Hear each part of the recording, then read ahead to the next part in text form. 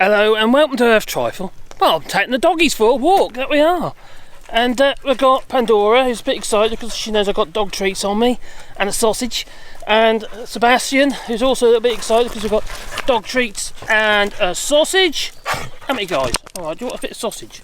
Hey, get your nose out of there, you. Alright, my fingers. I'll keep them.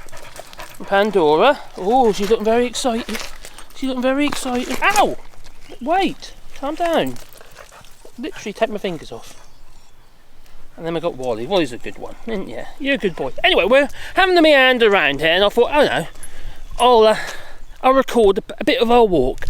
Where we are is a place called Boubon Forest here in the Limousin in France, and it's a rather nice place, and it's somewhere where you can go and walk your dogs, or go a bit mountain biking, VTT and all that, and it's quite popular. But when it's rained, no one seems to venture out, no. And it has been rain. Everywhere's got a little bit sodden wet. So we thought it's prime opportunity to come out here and take the dogs for a walk. Because we're at less risk of bumping into other doggies. Yeah. And then ours get a little bit excited. That they do. So, we're walking up here at the moment. And if I just, maybe I can flip you around. There you go. So I come up here at the moment. You see, that's Sebastian and that's Pandora and that's my Wally. He's my favourite. Oh, I shouldn't say that. Now, if you look at the actual drive here, the lane, the track, you can tell it's been raining a lot because obviously the water's been running down here. Hence all the weird patterning that's going on there. It looks like, I don't know, like tracks of a tractor tire or something. But that's not. So we meander on around here, and it's a mixed forest. It's a big one forest. You've got some deciduous trees, but you've also got a lot of firs and and pines as well, such as Douglas fir, which is actually a pine because it's got pine cones on it. So what is it called? Douglas fir? I don't know. There's obviously some reason for that. Some reason it's been adopted through association or through habit. Now, every so often down these lanes, they're obviously trying to stop the washout of the actual lane itself. They put these railway, this old railway, reclaimed railway tracks. One there, it's two of them, one side by side, and that creates a drain. So it diverts the water, as you can see, down here, instead of down there. It helps, obviously, so it's not a bad idea if you ask me. Anyway, we're heading up towards here, and we're heading up to where the Marquis. Now the Marquis is where, the Marquis, they were hid from the Germans during the war by the French resistance. So we're going to have a look around the dugouts as well in a minute. I've been around here a few times, often come down here, walk the dogs, especially if I'm going to Cusack, into Marché or the Bric-a-Marché to get supplies. Oh, look at that. Oh, you missed that. You just have a wee. Ain't that lovely? Right. Now you can see a little green sign on a stone up there in the distance, just around the bend. And that is where we'll be turning up there. So where the Marquis was hid. It's a camp, basically. The funny thing is, literally a few kilometres away, at a place called Pointe de Puicanu, if I can pronounce it right, it's a big mound, and the Germans were camped out there. Now, in 1944, not far from here, another place called Oradour-sur-Venne, it was at risk of being attacked by the Germans in retaliation. But instead, they ended up at Oradour-sur-Glane instead. Well, as the story goes, the village of Marquis, if you research that, if I get a chance, I might put a link down below in the description. But as you can see here, there you go, the Marquis de Boubon. And that's where they hid. There you go.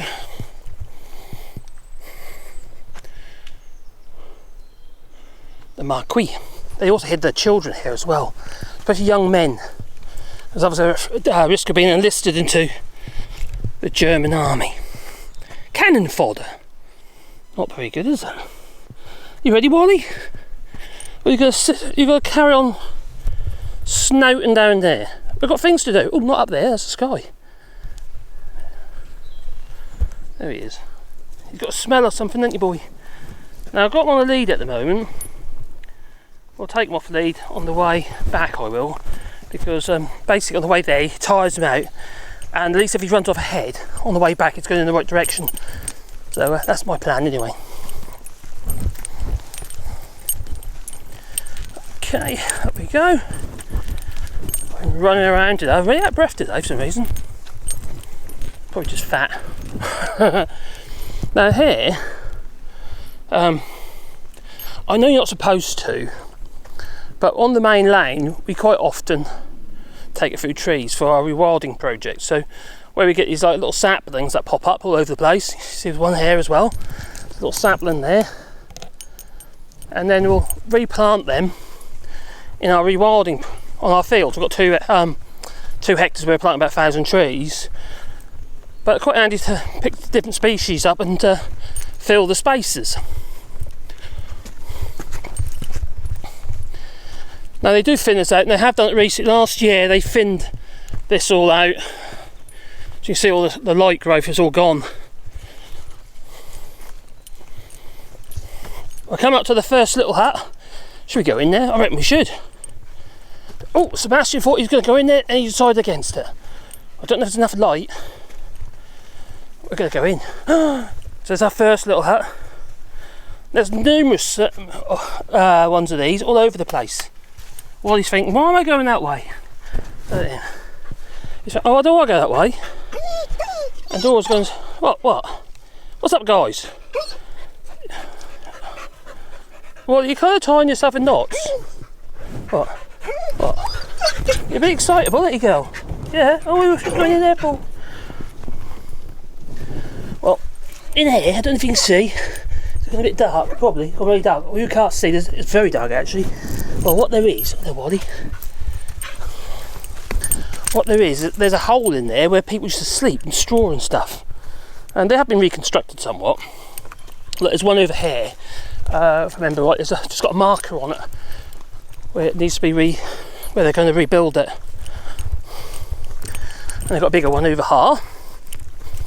So, yeah, where they used to hide their youngsters or meet up and what have you. Oh, it's got a new little gate on there now on that one. That's fresh, little chestnut gate. So that's recently been done.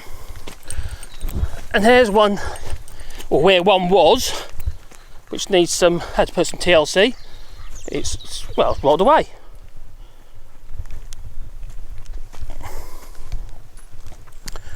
And we're coming up here. Oh, I'm walking uphill. Let's work the old fat off. There's wild sage, and so it's all been cleared, you see, in various places. It's part of the management of the area. I don't particularly like it, I wish they'd just leave it alone, but in some ways they've got to. And also, the money they get for any forested wood, the thinning out and what have you, goes towards the management of the park, because this is a national park in France. Well, the bigger one over here is the mess hut. Like the come on, you, come on, Ollie. Like the kitchen refector where they used to go and eat. There you go, the refector.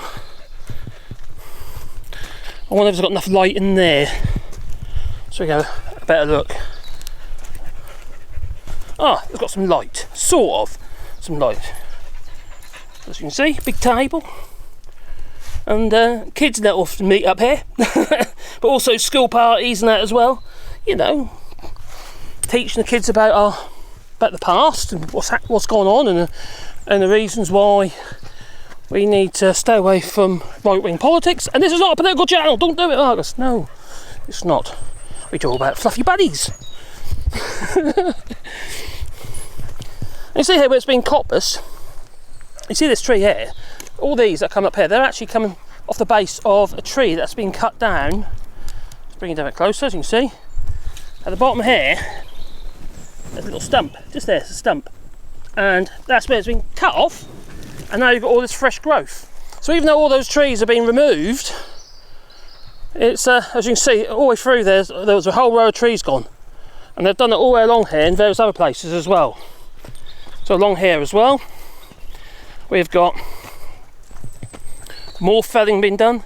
It's been allowed to rot on the ground because it's just all the bugs in that, you see. Loads of little wood lice will be in there. Now if you've got wood lice, don't worry, they're not going to eat your wood unless it's already rotting. Because wood lice eat rotten wood, not you know, not rotting wood. Think my words in a minute. I've got this problem with this flipping thyroid, and it's, I find I'm getting a lot of short-term memory loss. I can't always work out my words or what words I want to say. But please forgive me.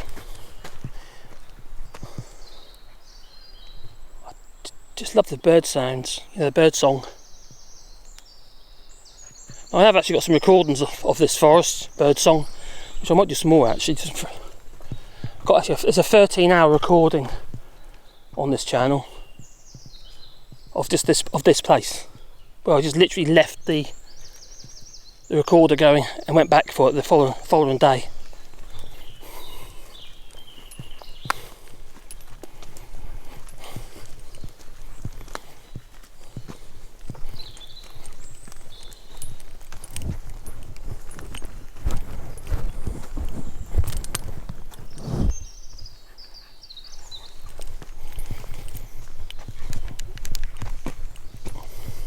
Oh, I'm back!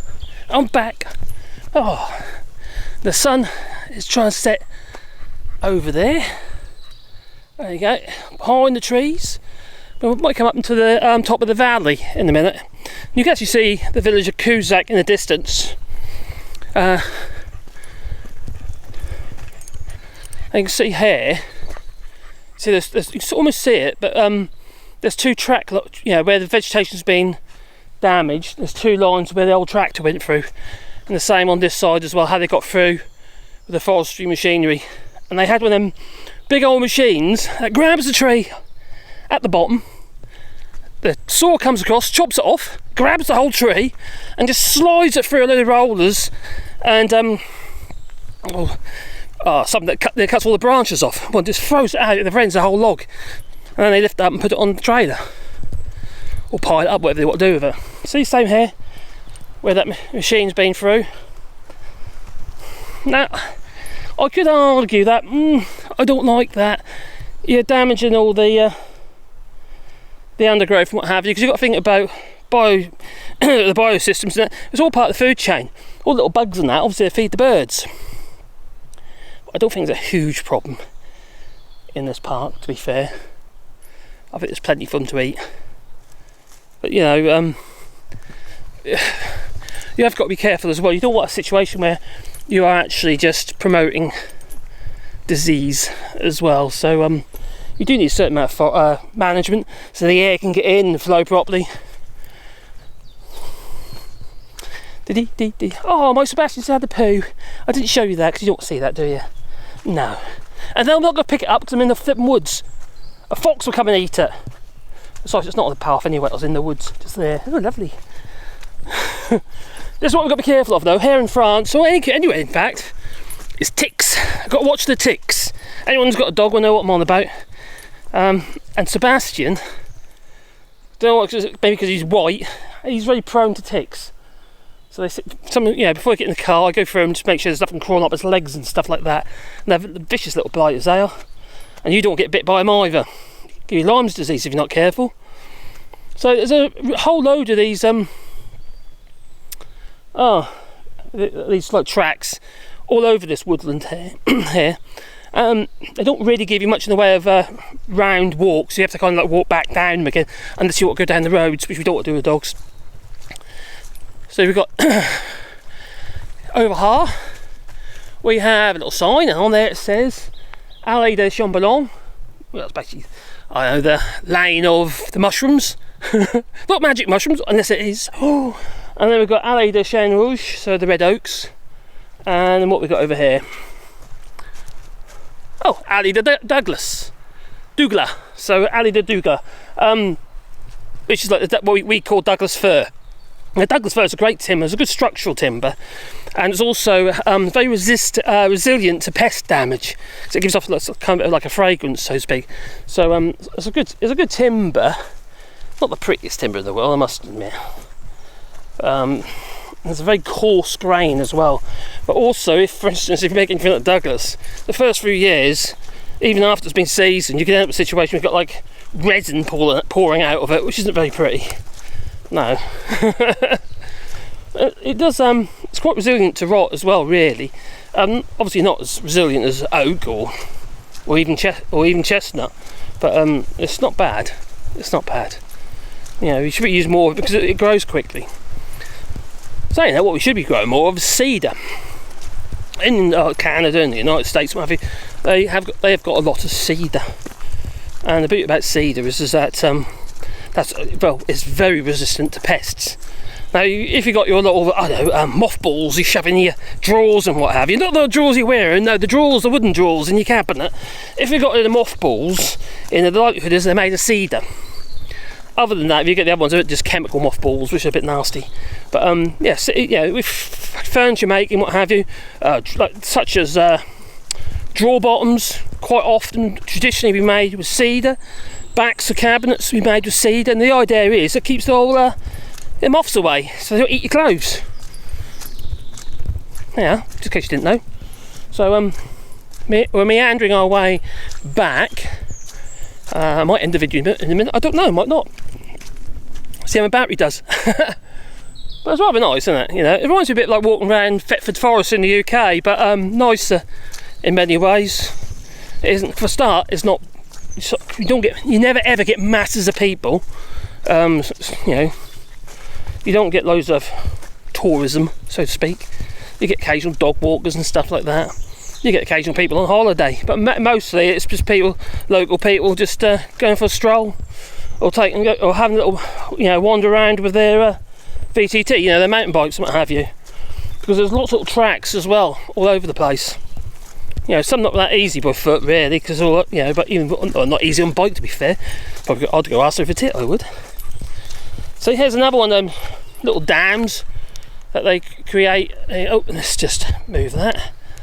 Little dams they create to stop the water going down the lane and washing the lane out, and that water then gets diverted into a ditch. But I don't think that one's very effective because the ditch kind of stops. That was not quite so clever, that one. What I'll do is maybe next time we come here, I'll do a video and we'll go through all the fauna and what have you, on Savage. My French is terrible. Oh dear, I really struggle with it, I really do, but there you go. What I mean struggle with, I mean learning it. It doesn't seem to stick in my head. I'm thick as two short planks, I really am. Maybe that's why I'm a woodworker. We found there, Wally. What's he found? Oh, the pee on it. Okay, do that then, fella. That's what they do. There's Sebastian. Oh, my little Dora. She's a little sweetie. She's such a funny thing, she is. And she gets so excited. So excited. But then you've got to kind of watch yourself because you kind of like end up getting a bit mauled. I do love my dogs, I must admit. They're better than people. Sorry. They are. Don't tell the missus I said that, although she already knows. Yep, she's in England at the moment, staying at my daughter's and also my son's and also my other sons and my other daughter and my other daughter. Two daughters, sorry. So yeah, it's just she's waiting for the husband to pop. Well, not waiting, we know when it's going to be because the caesarean section's it's booked in, so yeah, but that's what Caroline's doing. She's sort of enjoying herself. She says Yasmin's house is a madhouse. It's very, very noisy with 3 little girls running about. Won't be long before there'll be a little baby boy as well. I can't talk because we've got 6, you see, so you can't talk. Yeah, I'll say she's mad, and I do think she's mad, but there you go. But I'd be a hypocrite, wouldn't I, hey? That I would. Well, when we get to the bottom here, basically what we've done is we've done a bit of a round trip. We've gone past the lane up bottom here, bottom of the woods here, the forry, and then we came up past the Marquis, across the top, and now we're coming back down again. So it's just a little bit of a round trip. There's lots of chestnut, what have you, so good. Now the bluebells are all come to an end now.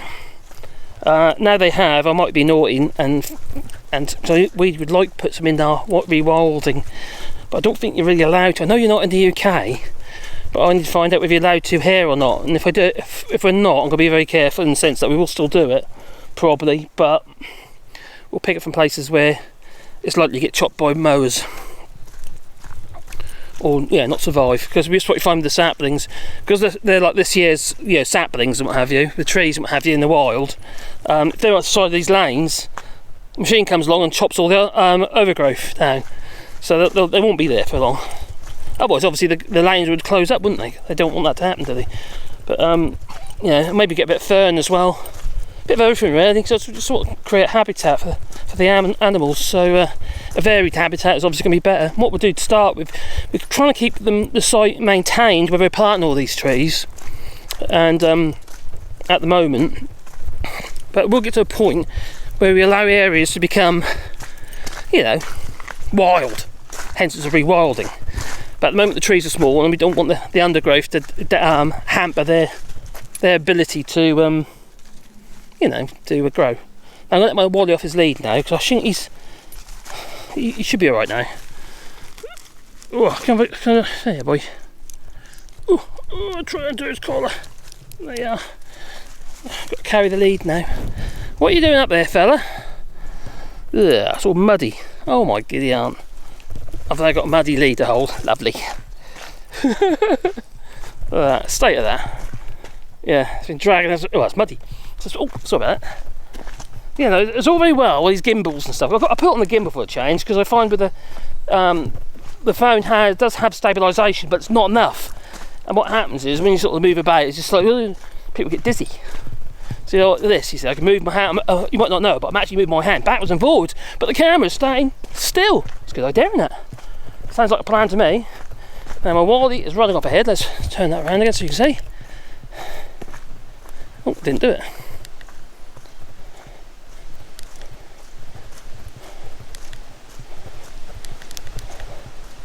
Aha, there we are. Sorry about that. There we go. You're going the wrong way. And now they're going the wrong way. I should have waited for the corner really, so they knew what way to go then. They're having a good sniff, so that's okay. So there we go. Where's Wally? Oh, he's there. So we don't want to go that way, Wally. We're going this way. Do you know what? I've actually gone the wrong way. I've gone past our turn off. Oh dear. Oh well, I know it's this way though, so that's okay.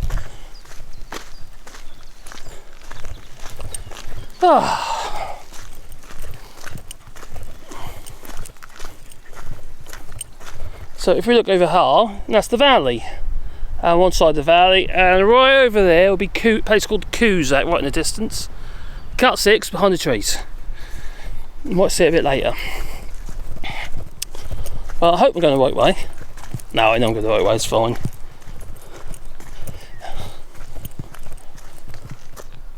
I was busy talking to my cam and I actually started walking the wrong way, so I've actually gone in the wrong direction. But there you go. Da da da da da da da da da da da da.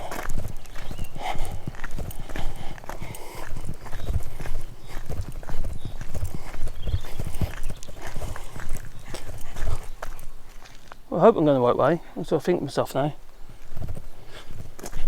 Bum bum bum bum bum bum bum bum bum bum bum. So there's a lot of plantation going on as well. So they're planting trees here as well. So what gets chopped down, they plant new ones. As you can see, look, if you look at the rows, you can see where all the trees have been planted, and then you've got all that broom and that as well. The broom is probably self-seeded. But yeah, what are they, oaks? What have you got over here? These are oaks. These are oak trees. So I am going to sign off in a minute because my battery's about to go. But the dogs will run off ahead. Oh dear. Trouble, aren't they? Absolute trouble. That's what they are.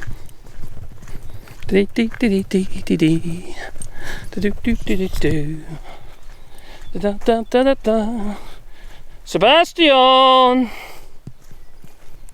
Yeah, oh, he's got good recall. That's because he thinks he's going to get a sausage. They all think they're going to get a sausage. Or a bit of sausage. Don't you guys? Right, we're going to say... Guys, you're going to say ta-ta. You're getting a little bit close. Alright, bring you down. There you go. Got a little bit of sausage, a little bit for Wally. Wally's had a bit of sausage. What are you doing? Calm down! Ow! Dora got that one. Can you not be so snappy? He got it. Oh God, he lost it again.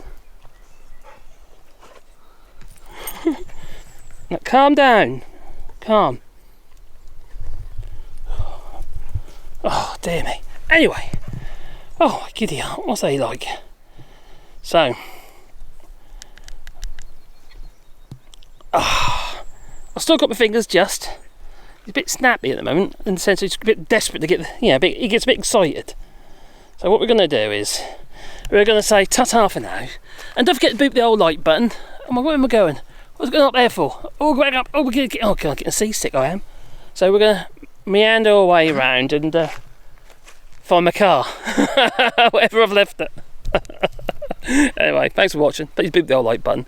And if you want to take part in our rewilding project, if you've got this far in the video, that is, there's a link down below. And basically we're planting trees, 1,000 trees, on 2 hectares of land. And okay, it's in a small project, but eventually, hopefully, it'll be kind of, one day, it'll be like that.